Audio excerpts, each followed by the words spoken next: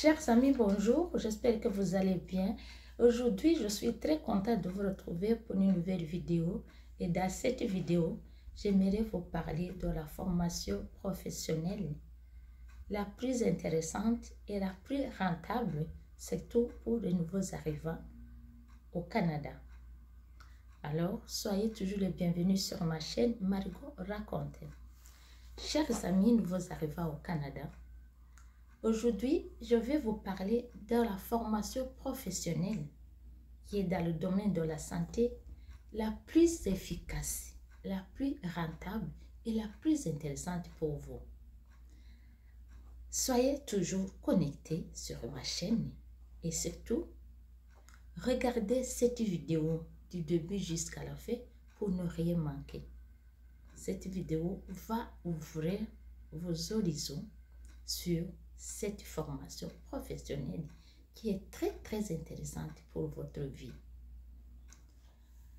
Chers amis, vous arrivez au Canada et vous voulez faire une formation professionnelle qui va vous aider dans votre vie.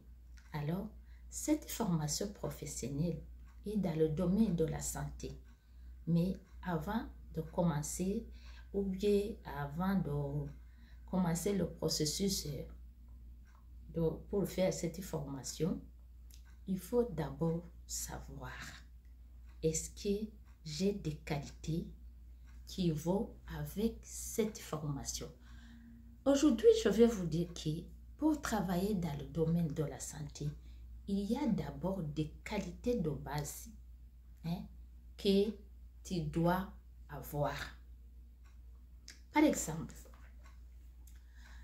pour travailler dans le domaine de la santé en tant qu'infirmière, infirmière auxiliaire, qui que ce soit, tu dois être ouvert à la communication. Vous savez pourquoi? Le travail de la santé, c'est un travail en équipe.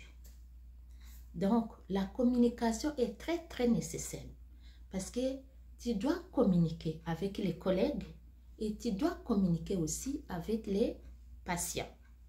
Voilà pourquoi il faut être ouvert à la communication. Voilà.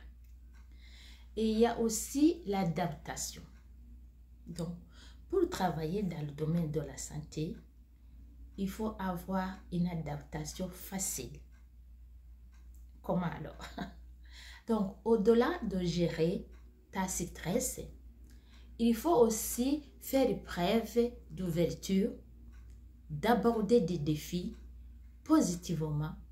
Il importe aussi de prendre recul pour mieux t'assurer. Voilà, donc tu dois avoir une bonne adaptation. Il y a un autre troisième point aussi que tu dois avoir, c'est l'empathie. Alors, pour donner un bon service aux usagers, il faut avoir l'empathie et non la sympathie. Et non la sympathie. Donc, c'est l'empathie qui est nécessaire. Donc, l'empathie, alors, c'est quoi, en fait? Globalement, qu'est-ce que ça signifie? Qu'est-ce que ça nous dit, l'empathie? L'empathie, c'est la capacité de percevoir ou de sentir ce que les autres personnes peuvent vivre, entendre, en se plaçant dans la tête et dans le cœur des autres. Voilà ce que je peux dire comme empathie. Il y a aussi la patience. Pour travailler dans le domaine de la santé, il faut être patient. La patience, alors, c'est quoi, en fait? Donc, la patience, c'est avoir le courage. Le courage pour supporter, avoir l'aptitude à persévérance dans un travail de longue haleine sans se décourager. Donc, tu dois être patient. Et je peux ajouter un autre point que je peux dire, c'est l'écoute. Tu veux travailler dans le domaine de la santé, il faut avoir la qualité de l'écoute. C'est savoir écouter les autres. C'est la capacité de donner du temps à une autre personne. Hein? Lui laisser le temps de s'exprimer, d'exprimer ses émotions. Et là, c'est là que tu vas comprendre. Écouter la personne, c'est là que tu vas bien donner un service, un beau service. Hein? Parce que tu as écouté ses émotions, ses sentiments.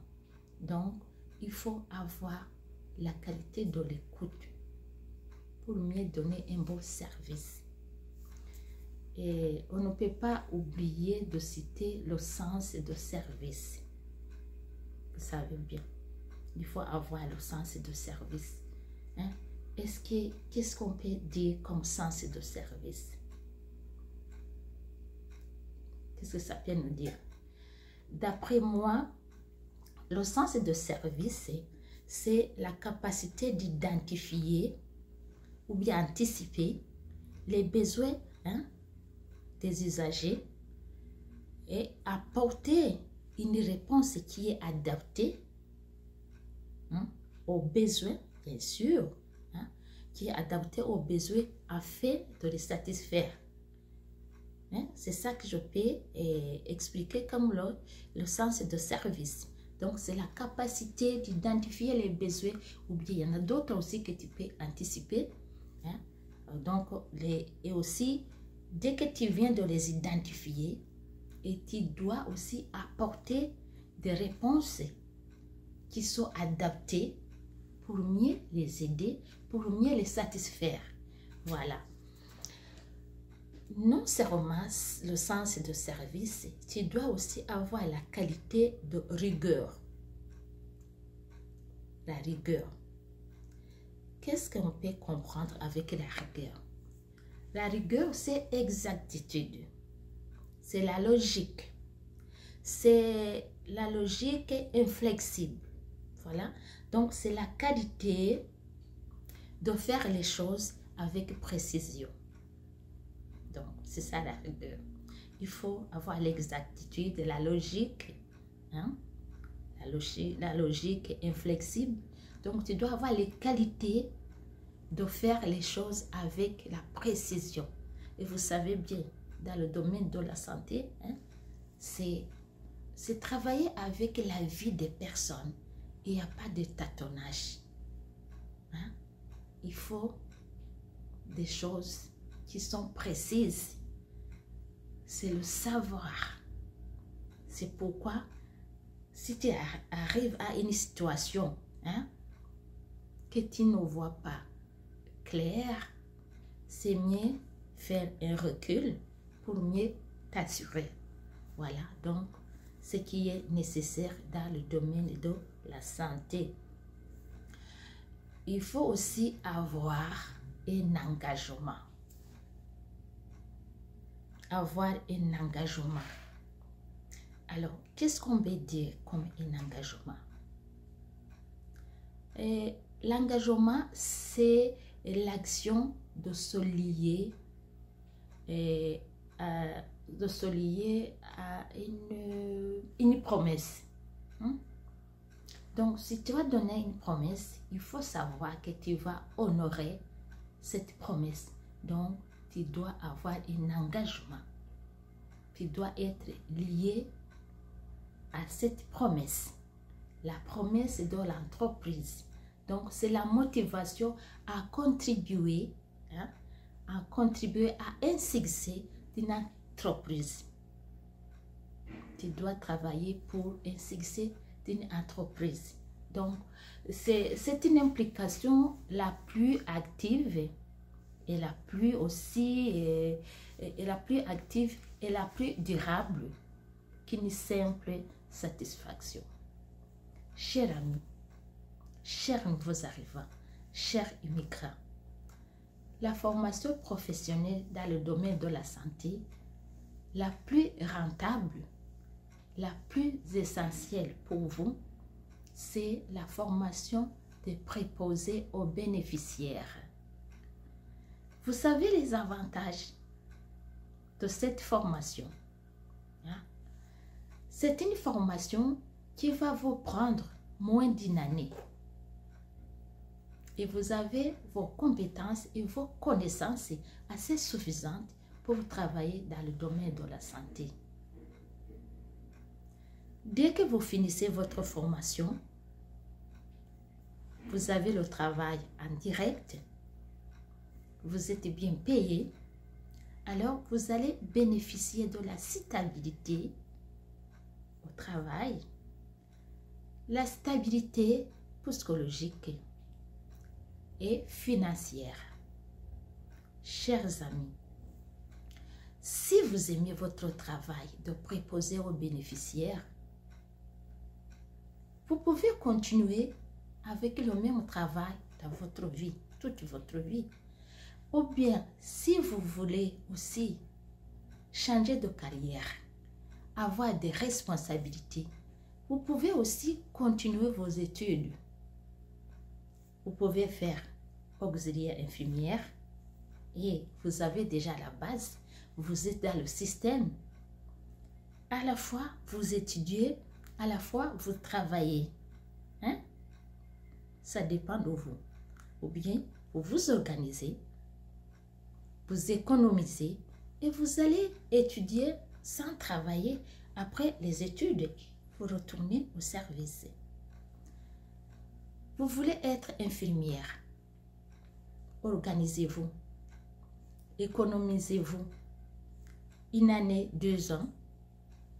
Vous pouvez aller au cégep. Vous faites vos 3 ans.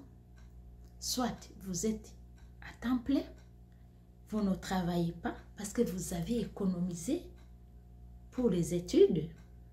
Ou bien, vous pouvez aussi étudier et à la fois vous travaillez. C'est aussi possible.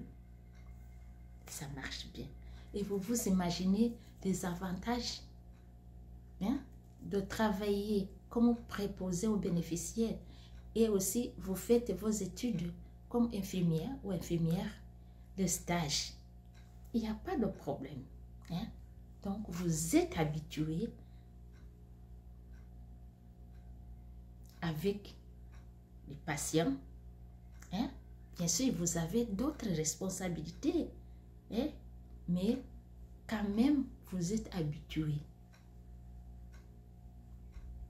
Vous êtes dans le même système. C'est votre maison. Vous voyez, chers amis, vous pouvez continuer aussi vos études. Vous pouvez aller à l'université. Après, il y a 2 ans ou 3 ans, c'est 2 ans, je comprends, je ne me souviens plus, moi, je n'ai pas fait l'université. Et vous pouvez sortir comme infirmier ou infirmière clinicienne. Chers amis, la formation professionnelle de préposé aux bénéficiaires, c'est la base. C'est la base. Dès que vous arrivez au Canada, surtout, vous arrivez au Canada avec un âge un peu avancé, vous ne voulez pas, que vous n'avez pas vraiment assez de temps pour encore reprendre des longues études. Lancez-vous dans la formation professionnelle de préposé aux bénéficiaires. Si vous remplissez bien sûr les critères et surtout si vous avez les qualités qu'on vient de citer. Chers amis, j'espère que cette vidéo est très importante pour vous. Si vous avez aimé le message, n'oubliez pas de liker la vidéo. Envoyez-moi des commentaires. Prenez soin de vous. On se retrouve très bientôt pour une nouvelle vidéo. Au revoir.